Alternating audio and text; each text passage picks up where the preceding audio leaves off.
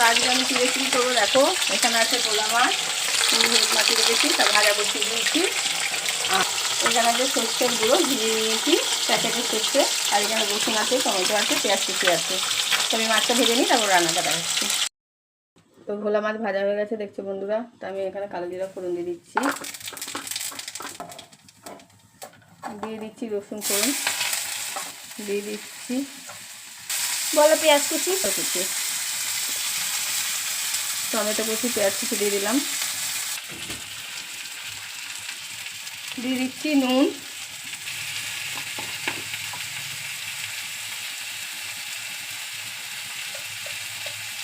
দিয়ে দিচ্ছি হলুদ, তো দিয়ে দিচ্ছি সর্ষের গুঁড়ো, দিয়ে দিচ্ছি ঝাল লঙ্কার গুঁড়ো,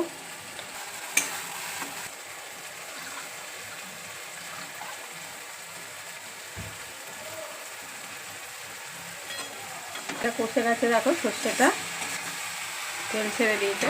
এবার আমি জল দিয়ে দিচ্ছি, ফুটলে আমি মাছটা দেবো। দিয়ে দিচ্ছি মাছ, দিয়ে দিতাম একটু মাখা মাখা হলে আমি নামিয়ে নেবো।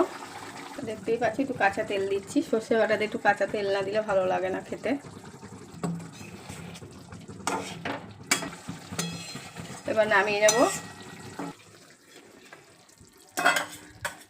তোমরা দেখতে পাচ্ছ আমি নামিয়ে নিয়েছি ভোলা মাছ সর্ষে বাটা দিয়ে, ধনে পাতা দিয়ে দিয়েছি একটু উপরে। যদি এই ভিডিও তো রেসিপিটা যদি ভালো লাগে তো লাইক কমেন্ট শেয়ার অবশ্যই। ফেসবুকে দেখলে ফলো করে দিও, আর ইউটিউব থেকে দেখলে সাবস্ক্রাইব করে দিও। তো আজকের মতন টাটা।